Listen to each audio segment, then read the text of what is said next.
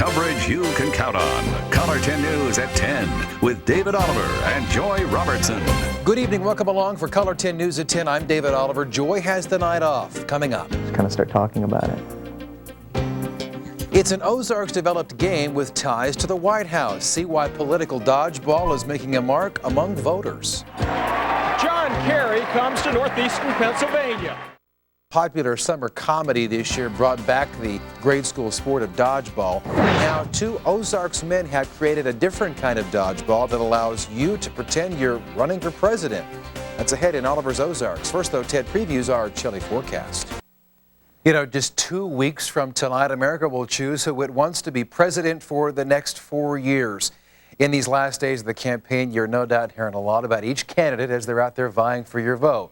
Well, we found a new interactive way for you to get involved in this year's political process. But beware, the candidates just might dodge the issues where this effort is concerned.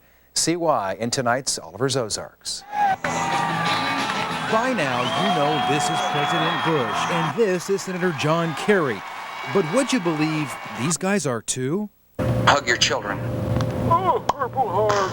They are, at least on these tiny screens. It's a game for cell phones and PDAs. John Sellers and Bob Luke have engineered their way into the race for the White House. They've designed a game called Political Dodgeball. Well, we separated the game into two different versions.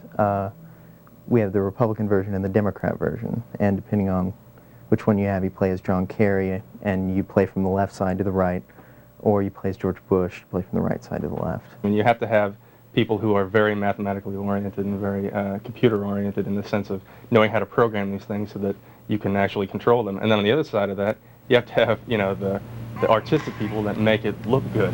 And part of that means making sure it sounds good too. I've called the armed forces.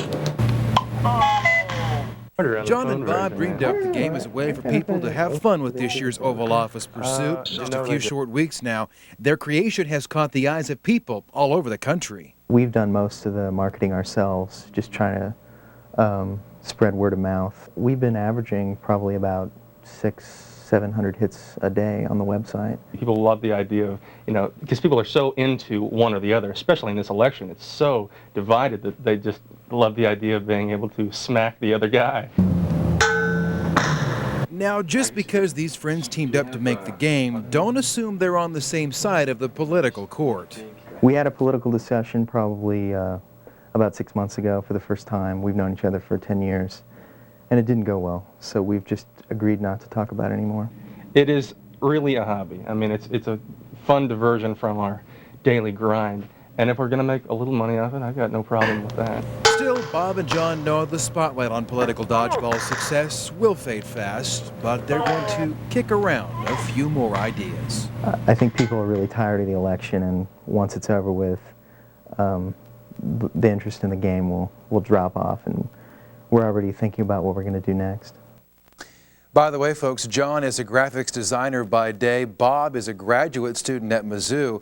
The guys have that game available at this website's Downfallout.com. There you can download a free trial version for about a minute or so, or you can buy the full file of the game for $8. If you have an idea for an Oliver's Ozarks report, we'd love to hear your idea or suggestion. Our reports are just here, folks, to showcase all the unique people and places in the Ozarks. Watch for our next installment next Tuesday right here on Color 10 News at 10. President Bush and John Kerry speaking of those guys, are hot on the campaign trail as the campaign enters its final stretch. And later on Color 10.